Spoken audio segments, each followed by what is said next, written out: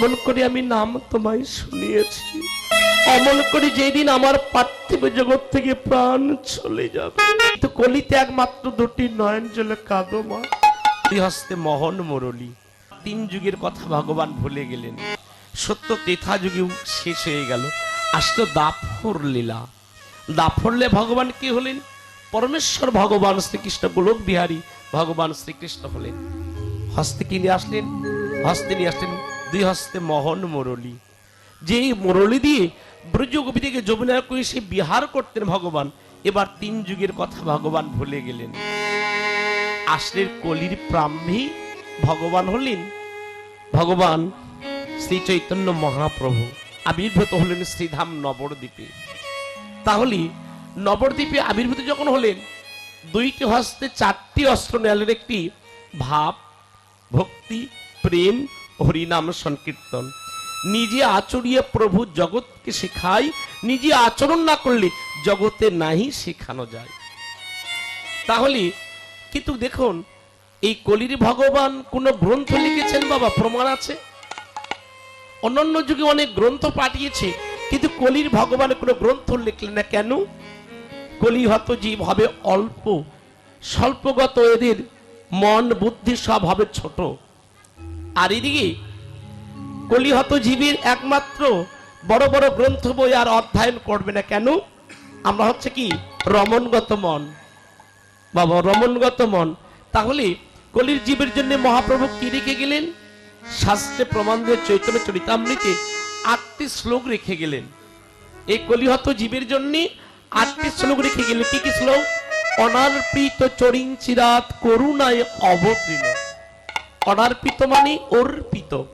যেই ধন ছিল গোলকে গোপনে নিয়ে আসলেন আমার অদ্বৈত প্রভু। শান্তিপুরের সীতানাথ অদ্বৈত প্রভু দুটি নয়ন জলে কেঁদে কেঁদে হরি আনা ঠাকুর আমার, যিনি পূরব লীলায় ছিলেন সদাশিব। এবার এই নবদ্বীপ লীলা হলেন আজকে অদ্বৈতাচার্য। কেন? তার ভাবনা কি? শাস্ত্র বললেন ভাবনায় লীলা স্মরণের বিষয়। যে যখন যাহা ভাবিতে ভাবিতে দেহ ত্যাগ করে, পূর্ণবার দেহ খান থেকে লাভ করতে পারে। তাহলে অদ্বৈত প্রভু দুটি নয়ন জলে তুলসীর পত্রী সুরধনী গঙ্গায় নিবেদন করলেন। সবে মাত্র প্রভু সন্ন্যাস নেবে বলে কাটোয়া কাঞ্চনে সবে মাত্র স্নান তর্পণ করবার জন্য নেমেছে। দেখুন, তাহলে উত্তর দিকে দক্ষিণ দিকে জল তো প্রবাহন সুরধনী গঙ্গা, কিন্তু জল তুলসীর পত্র যেতে লাগলো মধ্য দিকে, যেখানে কাটোয়া কাঞ্চনে সবে মাত্র প্রভু সবে মাত্র স্নান করবার জন্য নেমেছে। একটি করে তুলসীর পত্র নাভিধলে গিয়ে লেগে গেলেন। ভগবান স্তম্ভিত হলেন। কে আজকে এমন ভক্ত যখন দেখলেন একমাত্র আজকে অদ্বৈত তুমি কাঁদছ? অদ্বৈত বললেন ঠাকুর দয়াময়, তুমি যদি কলিতে না আসো তোমার কলি জীব যে উদ্ধার হবে না। হরিবল হরিবল। দুটি নয়ন যখন কাঁদতে লাগলে বলো অদ্বৈত তুমি কেঁদো না। ওই যে শান্তিপুরে তুমি যেমন করে কাঁদছ, ওই যে ঠাকুর হরিদাস কাঁদছে। যে ঠাকুর হরিদাস 3 লক্ষবার নাম জপ করতেন বাবা। হরিদাস মহাপ্রত শুনেছেন, হরিদাসকে ধ্যান ভঙ্গ করার জন্য, নাম বন্ধ করার জন্য কত সুন্দর রমণী পাঠিয়ে দেওয়া হয়েছিল। বলেছিল ওগো তুমি একটু দাঁড়াও, আমি মালাটুকু শেষ করে নিই। দেখুন সাধন কোথায়, ভজন কোথায়। এবার হরিদাস কাঁদছে নিরজনে বসে বসে দয়াময়। তাহলে কত লক্ষবার নাম জপ করেছিলেন? 3 লক্ষবার। 1 লক্ষবার নিজের দেহের জন্য, 1 লক্ষবার এই পার্থিব জগতের সকল জীবের জন্য, আর 1 লক্ষবার তার আত্মীয় স্বজনের জন্য করেছে। 3 লক্ষবার। ওখান থেকে আমার জপ সৃষ্টি হয় বাবা, ওখান থেকে আমাদের জপের কারণ সৃষ্টি হয়। এবার কাঁদছে নিরজনে বসে বসে, বলছে দয়াময় যেমন করে আমি নাম তোমায় শুনিয়েছি, অমন করে যেদিন আমার পার্থিব জগৎ থেকে প্রাণ চলে যাবে, যেদিন জগতে আমার বলতে কেউ থাকবে না, যেমন করি আমি নাম শুনিয়েছি দয়াময়,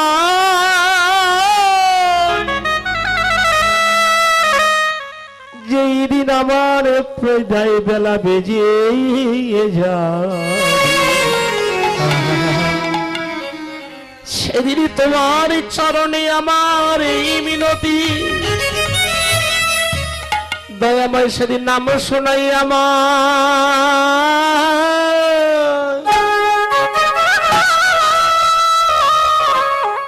পরি করিয়ে দিও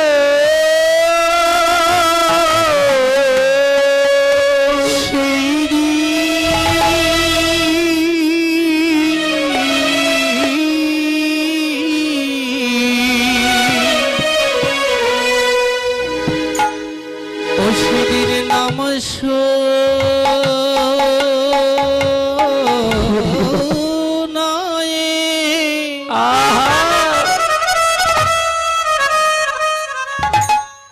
পারে করে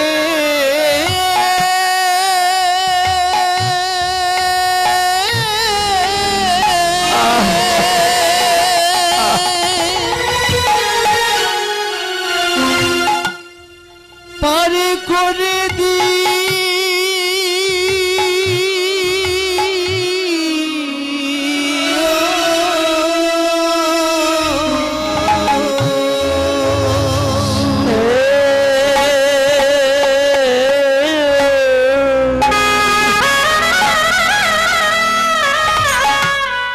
আমায় নাম শুনাইয়ে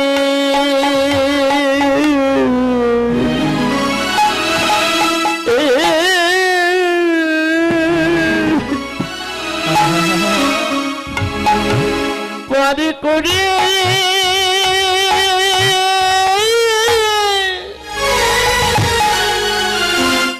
পরে করে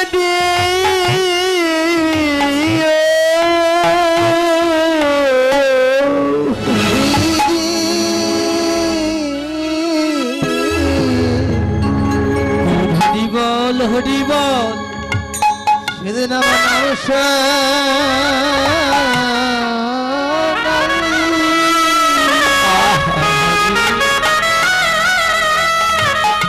শোনায় পান করে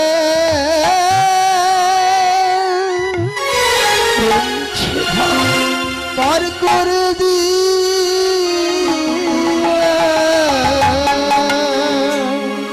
সেদিন তুমি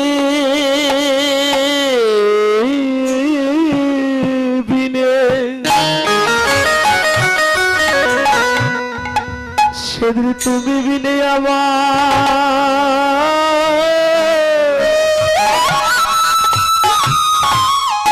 আমার কেবা আছে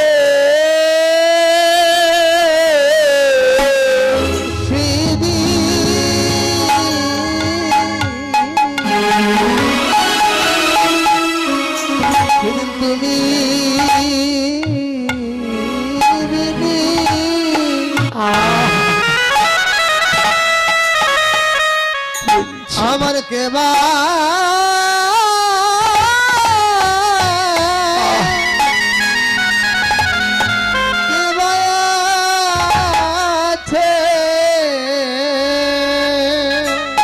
যেদিন আমার বিদায় বেলা ওই যে যেতে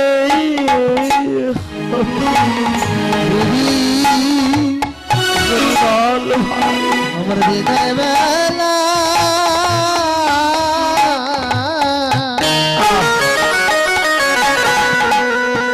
যেতে হবে সেদিন একমাত্র তুমি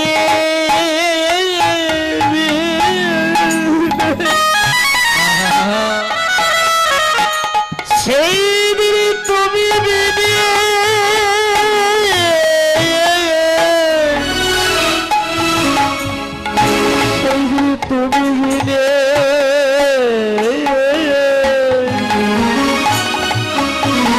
বলো কে ভায়া আছে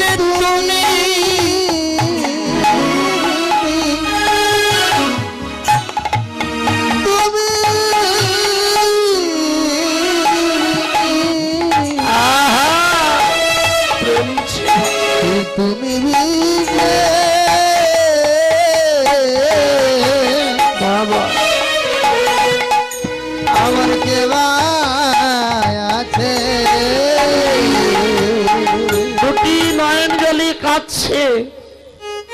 ভগবান সব সহিতে পারে মা, পারে না একমাত্র ভক্তের নয়নের জল। শাস্ত্র প্রমাণ করলেন অর্জুন, না হং তিষ্ঠামি বৈকুণ্ঠ যোগী নাং হৃদয় নচ যদ মদ ভক্ত তিষ্ঠামি গাইন্তি হে নারদ। নারদ, এই জড়ীয় জগতে স্বর্গ মর্ত্য পাতালে আমার বসবাস হয় না। যদি কোনো মদ ভক্ত মদ চিত্তে যদি সর্বস্ব আমাকে সঁপে দেয়, আমি সব সইতে পারি না একমাত্র ভক্তের নয়নের জল। হরিবল হরিবল। কোন ভক্ত যদি নয়ন জল ছেড়ে কাঁদে, আমি ভক্তের নয়ন জলের কাছে বারবার আবদ্ধ হয়ে যাই। ও মা, এই জড়ীয় জগতে কান্নাই ভজন না। অনন্য যুগে যাগযজ্ঞ তপস্যা ধ্যান অনেক কিছু ছিল, কিন্তু কলিতে একমাত্র দুটি নয়ন জলে কাঁদো মা। ডক্টর মরামজি বললেন, এই জড়ীয় জগতে ঐশ্বর্য আর মাধুর্য, যারা এই জড়ীয় জগতে ঐশ্বর্যকে আঁকড়ে ধরে, তারা কোনোদিনও কোনো কালেও মাধুর্যের স্বাদ আস্বাদন করতে পারছেন না, পারবেন না ও পারতেছেন না। কিন্তু এই জড়ীয় জগতে ধন সম্পদ ঐশ্বর্য, এগুলি হচ্ছে ঐশ্বর্য মা। এই ঐশ্বর্য একদিন ছেড়ে চলে যেতে হবে। মাধুর্য হচ্ছে গৌরের ভাবময়, প্রেমময়, ভক্তিময় গৌরীর একমাত্র মাধুর্য। তাহলে এই জড়ীয় জগতে ক্ষুদিরাম বললেন, এই জড়ীয় জগৎ পিতা যেমন পুত্র বৎসল, ভগবানও ভক্ত বৎসল। এই জড়ীয় জগতে শুধু ভক্তই কাঁদে না মা, ভগবানও কাঁদে।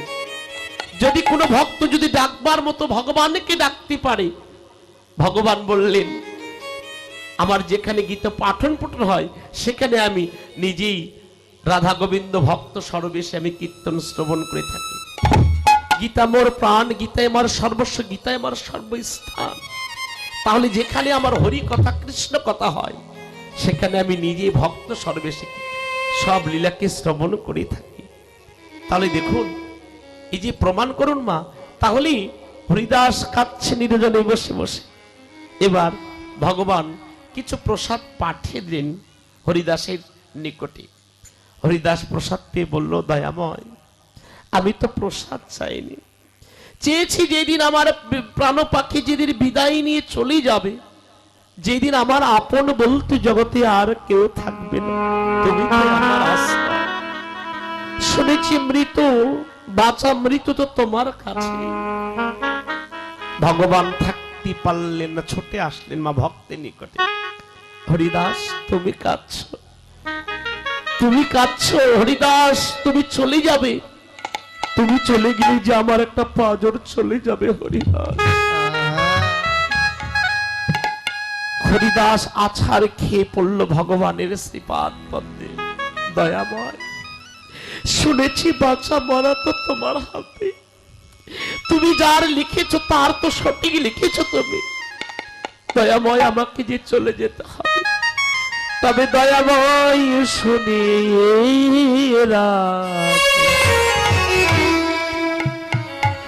আমি এই জনমে জনমে নয়, জনমে জনমে নয়, ও তোমার ওই চরণে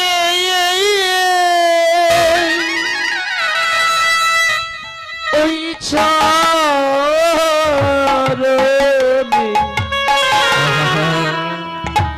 সব সঁপে দিলাম। দয়াময় হে, তোমার চরণ সারা মোদী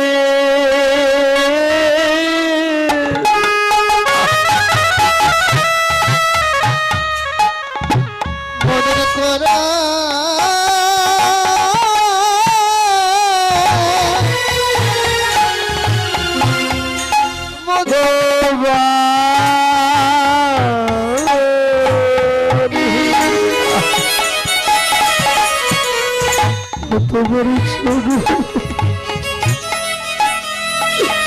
ছাড়া করো না ভগবান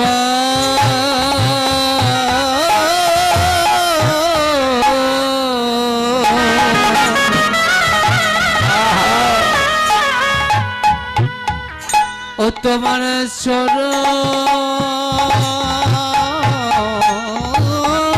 সারা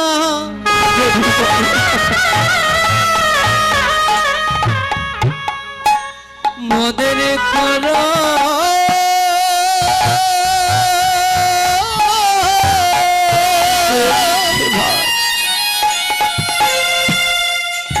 করুণা হে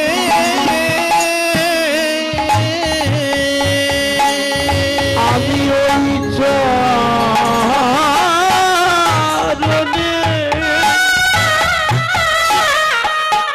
ওই চরণে তোমার ওই চরণে শরণে আমার চরণে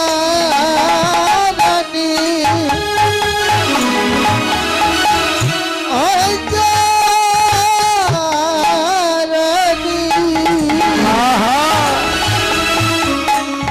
তোমার ওই চরণে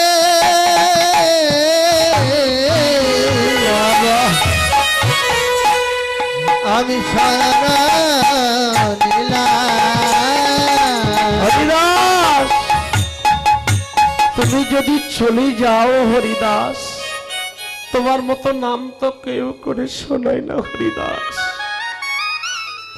বলো, বলতে বলতে হরিদাসের দেহ থেকে প্রাণ বিয়োগ হয়ে গেল মা। ভগবান হস্তে নিয়ে কাঁদতেন হরিদাস। জগতে কে বলেছে শুধু ভক্তই কাঁদে, ভগবান কাঁদে না। হরিদাসের দেহটা সমাধি করেছেন মা মহাপ্রভু নিজেই। জগতে এমন ভাগ্য কার হয়? শুধু আমাদের হিন্দু ধর্মে নয় মা, যারা শ্রীধাম নবদ্বীপে গিয়েছেন শাস্ত্র দেখবেন চাঁদকাজি বলে মহাপ্রভুর বড় শত্রু ছিলেন নবদ্বীপে, যিনি যখন নাম হরিনাম সংকীর্তনে মহাপ্রভু বেরিয়ে যেতেন একদিন 2 খোল ভেঙে দিয়েছিলেন। বলেছিল, চাঁদকাজি তুমি আমার খোল ভেঙে দিলে, যেই নাম করে আজকে জগৎজীব উদ্ধার, তুমি খোল ভেঙে দিলে। মা 67টি মশাল জালে 67টি নামের দল বেরিয়ে হয়েছিল। যখন নামের ধ্বনি যখন ওই চাঁদকাজির কর্ণে পৌঁছে যায়, চাঁদকাজি আর থাকতে পারলেন না। এক সময় মহাপ্রভুর বন্ধ হয়েছিলেন। নবদ্বীপে যাবেন, নবদ্বীপে দেখবেন এখন পর্যন্ত তার চাঁদকাজির সমাধি বান্ধা আছে। এখনো পর্যন্ত করবী ফুলের গাছটি এখনো আছে, যেখানে পরিক্রমা করে সেখানে কোলাকুলি করে আসতে হয়। দেখেছেন প্রেম কোথায়? তাহলে আজকে জগৎজিৎকে শিক্ষার জন্য মহাপ্রভু কলি পাবন অবতার একদিকে পদের অভিধানে লিখলেন, সুরধ্বনির তীরে নব ভান্ডির তলে। সুরধ্বনি কোথায়?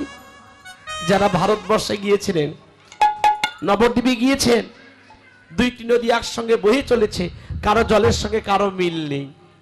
তাহলে মহাজন বলে ওখানে সুরধ্বনি নয়, আমার যা আছে বিশ্বব্রহ্মাণ্ডে তাহা আছে ক্ষুদ্র ভাণ্ডে। সদ্গুরু কৃপা বলে যদি কেউ চিনে লইতে পারে, তাহলে আমাদের তাহলে ওখানেই তাহলে 3টি নদী গঙ্গা যমুনা সরস্বতী ত্রিবেণী গঙ্গা বলা হয়। কিন্তু দেখুন আমার দেহ মাঝে আছে 3 লক্ষ নারী, এর ভিতরে 72,000 শ্রেষ্ঠতম নারী হচ্ছে 3 জন, ইরা, পিঙ্গলা, সুশর্মা। তাহলে ভগবান সুরধ্বনি গঙ্গার কোলে কেন? তত্ত্ব প্রমাণ করলেন সুরধ্বনি যেখানে হরি নামে কৃষ্ণ নামের ধ্বনি, সেই তো সুরধ্বনি। একটা বহিরঙ্গ আর একটা হচ্ছে অন্তরঙ্গ, একটা ভগবত তত্ত্ব, একটা গুরু তত্ত্ব। মহাজন বলে আত্মতত্ত্ব যে জেনেছে কেবল দিব্য জ্ঞানী সে হয়েছে। তাহলে সুরধ্বনি গঙ্গা এই বহিরঙ্গে শ্রী ভাগবত বর্ণনা করলেন। এই সুরধ্বনি গঙ্গা কেন এই অবতারে? এই সুরধ্বনি গঙ্গা পুরো লীলায় ভক্ত বাৎসল্য গৌরহরি ভগবান বাসনা পূরণ করবে বলে সত্য ত্রিথা দাফরণ লীলায় ভগবান, যার নাম ছিলেন বিরজা, বিরজা যার নাম ছিলেন বিরজা, বলেছিল ভগবান আমি যেন একটি প্রহরে যেন তোমাকে ভক্তি স্বরূপে যেন তোমার চরণে যেন পুষ্পাঞ্জলি দিতে পারি। বলেছিলেন তথাস্থ, তোমার বাসনা পূর্ণ এই জন্মে নয়। সত্য পৃথা দাফর দাফরলে যেদিন বৃন্দাবনে কৃষ্ণ হব, সেদিন তোমার নাম হবে বিরজা, সেই দিন তোমার বাসনা পূর্ণ হবে। এবার ভগবান বিরজার কুঞ্জে বাস, সেই দিন বাসনা পূর্ণ করবার জন্য এসেছেন। এইদিকে দ্বারের দাঁড়ি হলো শ্রীদাম সখা। রাধারানী বুঝতে পারলেন আজকে ভগবান কারো বাসনা পূর্ণ করছে, ছুটে চলে আসলেন, দেখলেন দরজায় আছে শ্রীদাম সখা। শ্রীদাম, দরজা ছেড়ে দাও, নলে অভিশাপ করব। শ্রীদাম বলল, রায় তুমি যদি অভিশাপ করো আমিও অভিশাপ করব। তোমাকে বৃন্দাবনে কৃষ্ণ হারা হয়ে 100 বর্ষ তোমাকে কাঁদতে হবে। কেঁদেছিল বাবা, কেঁদেছিল। শ্রীরাম দরজা ছেড়ে দিলেন, ভিতরে প্রবেশ করলেন। ভক্ত বাসনা পূর্ণ করছে ভগবান তো। এবার বিরজয় হয়ে গেলেন নদী, আর আমার গোবিন্দ হয়ে গেলেন সর্প, আর প্রেমময়ী রাধারণ হয়ে গেলেন ময়ূর। যখন জলের উপর দিয়ে তখন চলছে সর্প, যখন ময়ূরীর অঙ্কুরিতে যখন সর্পের আঘাত করেছেন, কয়েক ফোঁটা রুধির বের হয়ে গেছে, অঙ্গ থেকে রুধির ঝরছেন। বলল, দয়াময় সকলের যদি করুণা হলো, আমার কৃপা হবে না? বলল, তথাস্তু, তোমার বাসনা পূর্ণ হবে। যত আমাদের হিন্দু মেয়ের যখন বিবাহিত, বিবাহ যখন হবে, তখন তোমাকে সিঁদুর বলে ললাটে আখ্যায়িত করবে।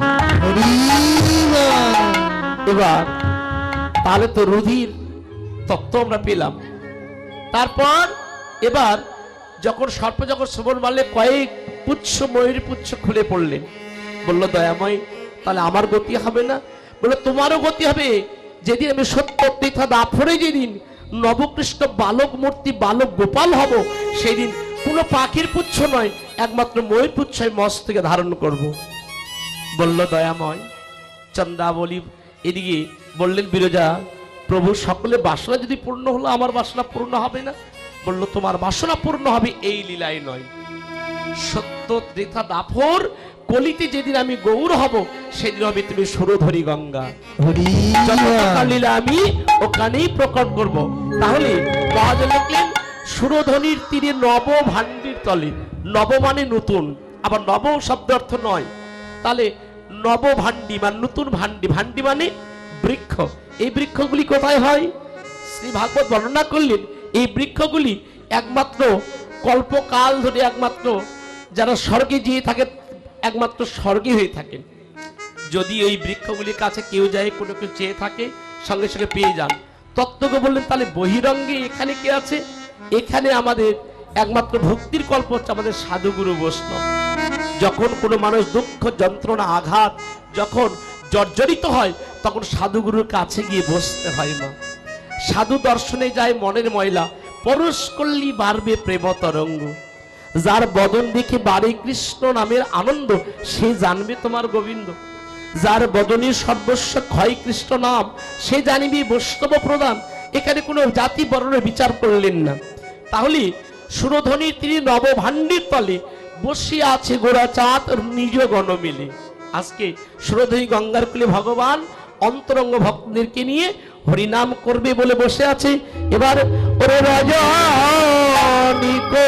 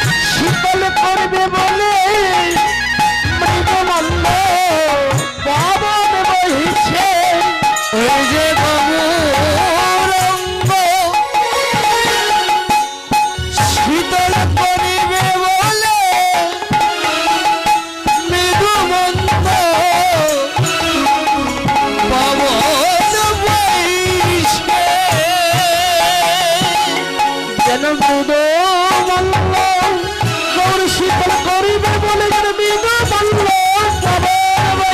গৌরঙ্গ শীতল করিবে বলে গৌরঙ্গ শীতল করিবে বলে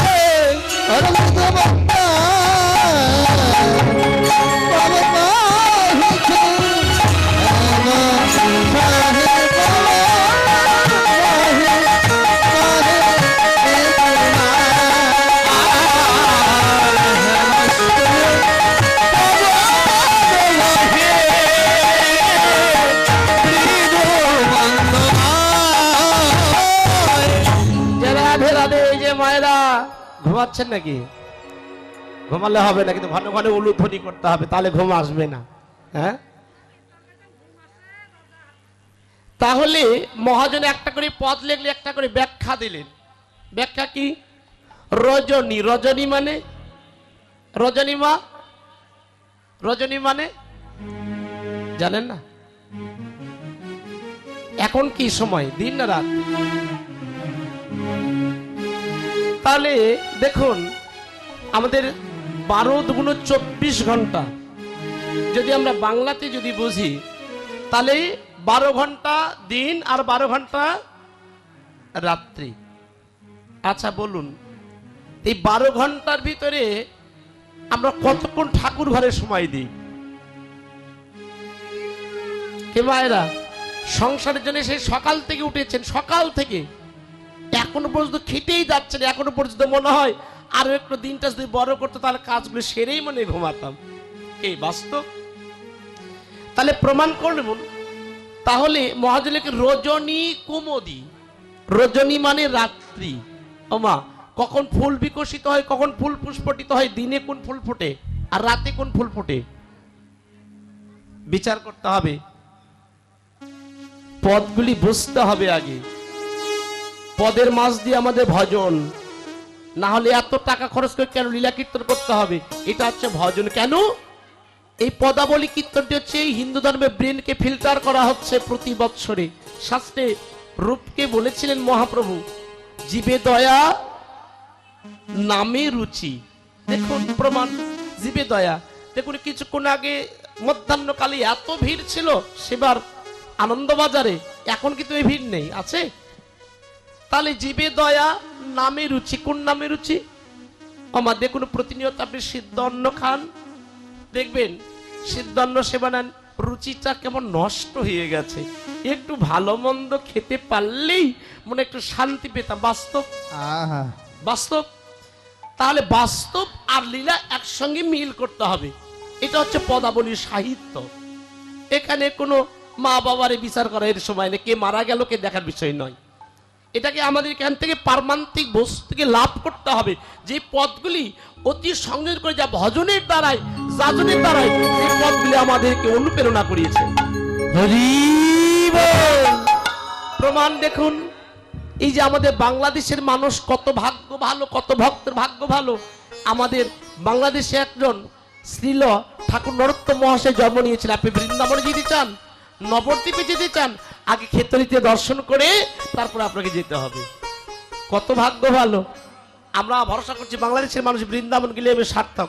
আবার ওরা মনে করতেছে যে বৃন্দাবন যেতে গেলে আগে ক্ষেতরি ধাম পরিক্রমা করে যেতে হবে।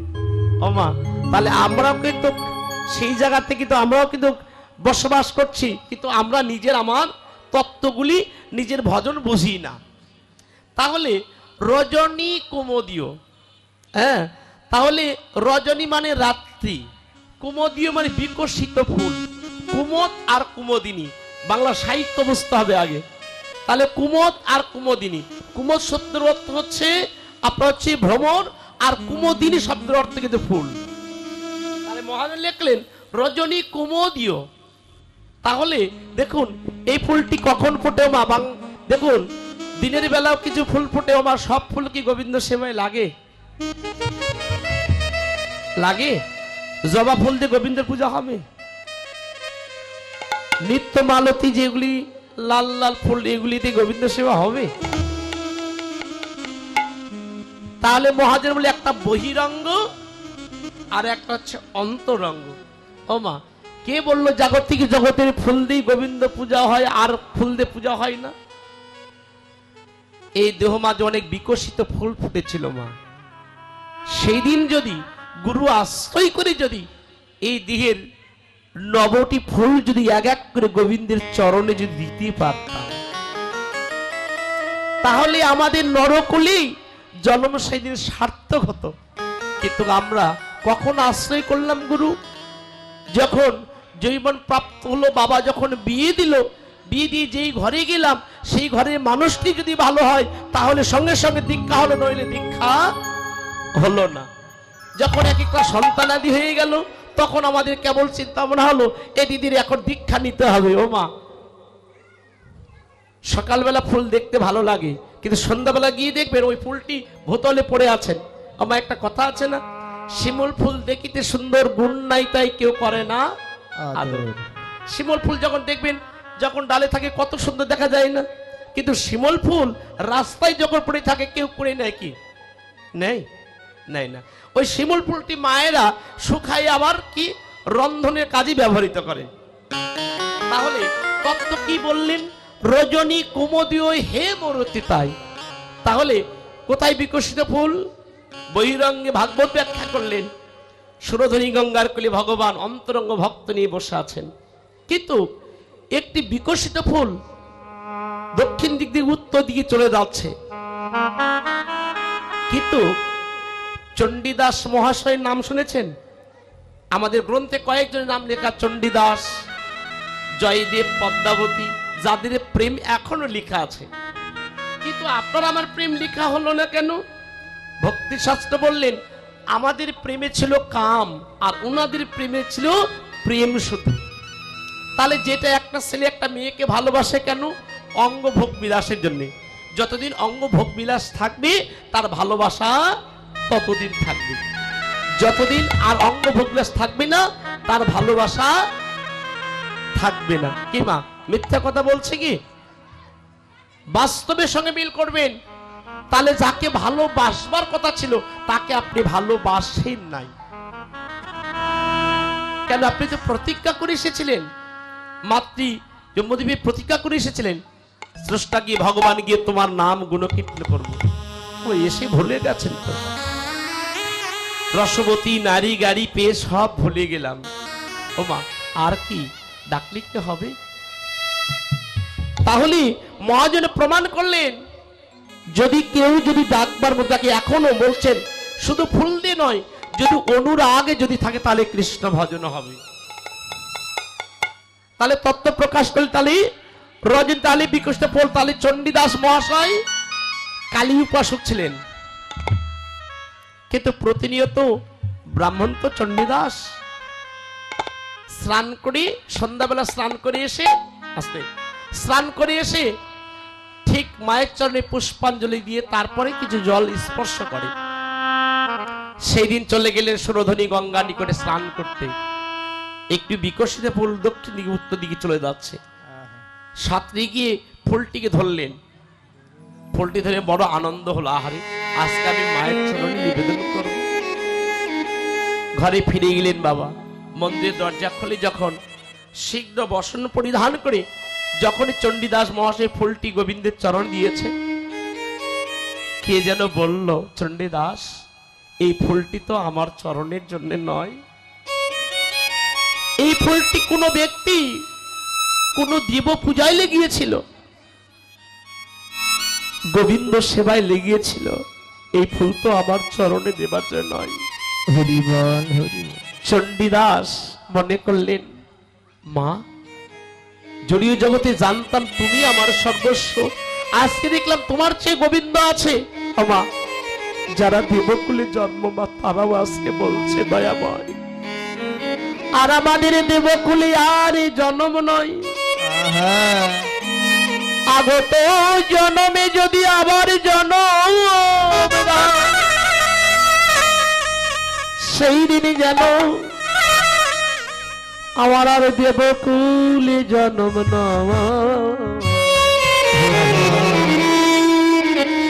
সেদিন আমি মনুষ্য কুলে জন্ম।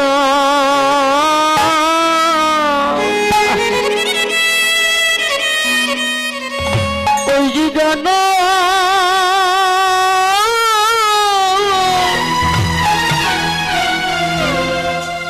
জনমে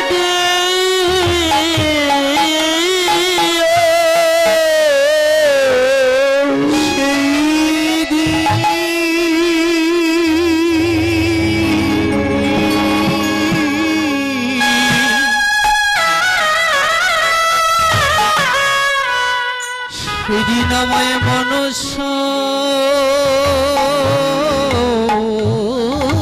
কুলে